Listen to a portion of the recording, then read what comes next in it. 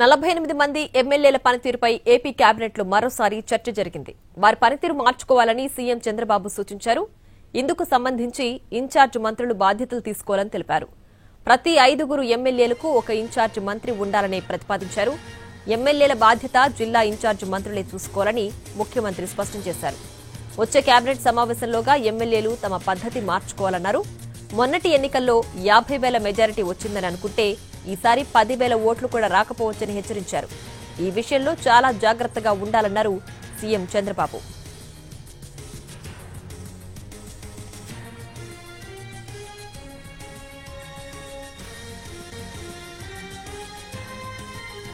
ఇక 48 మంది ఎమ్మెల్యేల పనితీరుపై సీఎం చంద్రబాబు అసంతృప్తి వ్యక్తం చేశారు. దీనికి సంబంధించి పూర్తి డీటెయిల్స్ మా ప్రతినిధి ప్రసన్న లైవ్ లో అందించడానికి సిద్ధంగా ఉన్నారు. ప్రసన్న, చెప్పండి, ఎమ్మెల్యేల పనితీరుపై సీఎం మరోసారి హెచ్చరించారు. ఎలాంటి చర్యలు ఉండబోయే అవకాశం ఉంది? వాళ్ళ పద్ధతి మార్చుకోవడానికి ఎంత సమయం ఇచ్చారు? ఏంటి పూర్తి డీటెయిల్స్?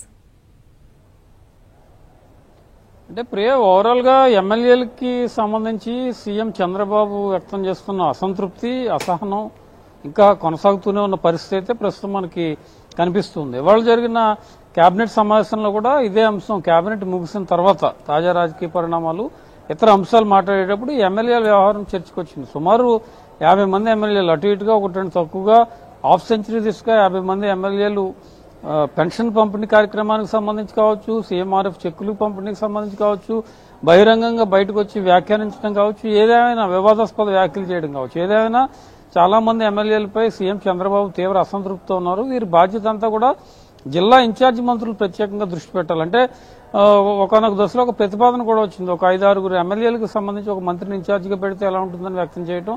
అలా అవసరం లేదు. ఇన్ఛార్జి మంత్రులు ఏ జిల్లాకు ఆ జిల్లాకే ఎమ్మెల్యేలు వ్యవహరిస్తున్న తీరుకు సంబంధించి, ఎమ్మెల్యేలు ఇతర సమావేశాల్లో ఎలా పాల్గొంటున్నారు, ఏంటి, ప్రభుత్వం అమలు చేస్తున్న సంక్షేమ కార్యక్రమాల విషయంలో ఎమ్మెల్యేల పార్టిసిపేషన్ ఏ రకంగా ఉంటుంది, వీటన్నిటి మీద కూడా చాలా కూలంకుషంగా దృష్టి పెట్టాలి.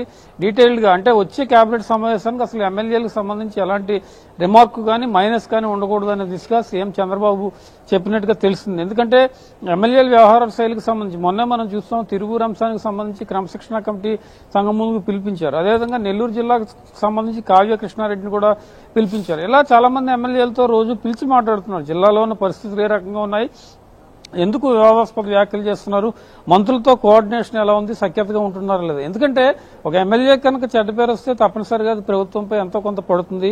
ఆ నియోజకవర్గాల్లో ఎమ్మెల్యేకి మైనస్ అవుతుంది.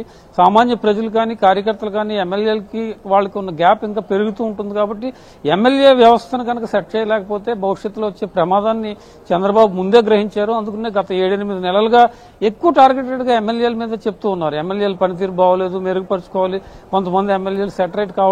ప్రస్తుతం కూడా అదే కంటిన్యూ అయ్యే పరిస్థితి. ఇప్పుడు ఇవాళ జరుగుతున్న లాస్ట్ కేబినెట్ లో నుంచి అదే చర్చ వచ్చింది, అంతకు ముందు అదే చర్చ వచ్చింది, ఇప్పుడు కూడా అదే వచ్చింది. ఇన్ఛార్జి మంత్రులు తప్పకుండా బాధ్యత తీసుకోవాలి, ఇన్ఛార్జి మంత్రులు ప్రత్యేకంగా దృష్టి పెట్టాలి అని కూడా చెప్పడం జరిగింది. కాబట్టి దీని మీద ఇన్ఛార్జి మంత్రులు ఎక్కువగా ఫోకస్ పెట్టి ఎమ్మెల్యేల వ్యవహార శైలికి సంబంధించి కూడా దృష్టి పెట్టే అవకాశం అయితే కనిపిస్తోంది.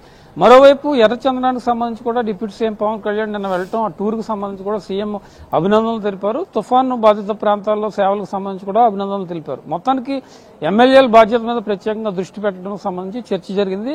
అదేవిధంగా రెవెన్యూ సమస్యలు ఎక్కువగా ఉన్నాయనే అంశాన్ని చంద్రబాబు ప్రస్తావించారు. రెవెన్యూ డిపార్ట్మెంట్ ప్రత్యేకంగా దృష్టి పెట్టడం, లోకల్ ఎమ్మెల్యేస్ మంత్రులు కూడా ప్రత్యేక దృష్టి పెట్టాలని తెలిపారు. పవన్ కళ్యాణ్ కూడా ఇదే అంశాన్ని యాడ్ చేస్తూ రెవెన్యూ సమస్యలు ఎక్కువగా ఉన్నాయి, సమస్యలు ఎక్కువగా అయితే తప్పుడు సంకేతాలు వెళ్లే అవకాశం ఉంటుంది. కాబట్టి రెవెన్యూ ఇష్యూస్ సెటరేట్ చేయడం మీద కూడా ప్రత్యేకించి దృష్టి పెట్టాలి, అవసరమైతే ప్రత్యేక అధికారుల ఏర్పాటు, ఇతరత్ర చర్యలు తీసుకోవాలనే దిశగా కూడా ఈ డిస్కషన్ వచ్చినట్టుగా తెలుస్తోంది. మొత్తానికి ఎమ్మెల్యేల వ్యవహారానికి సంబంధించి ఇన్ఛార్జి మంత్రులు బాధ్యత తీసుకోవాలనే దిశగా కేబినెట్ సమావేశం తర్వాత జరిగిన చర్చలో డిస్కషన్ వచ్చింది.